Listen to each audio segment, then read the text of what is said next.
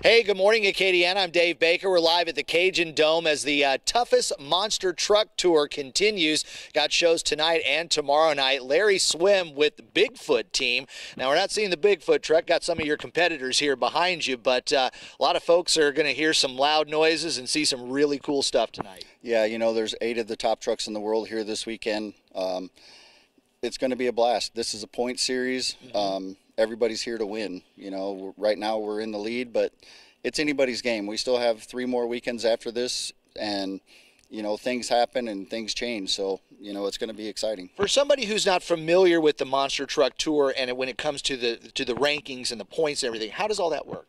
Well, we do a wheelie contest in the beginning of the show, and that's worth 20 points. Then we do racing, which is you can get up to 30 points to win. And then freestyle is 40 points. So they'll take all that, and then at the end of the night, whoever has the most combined score, the highest, then they're the overall.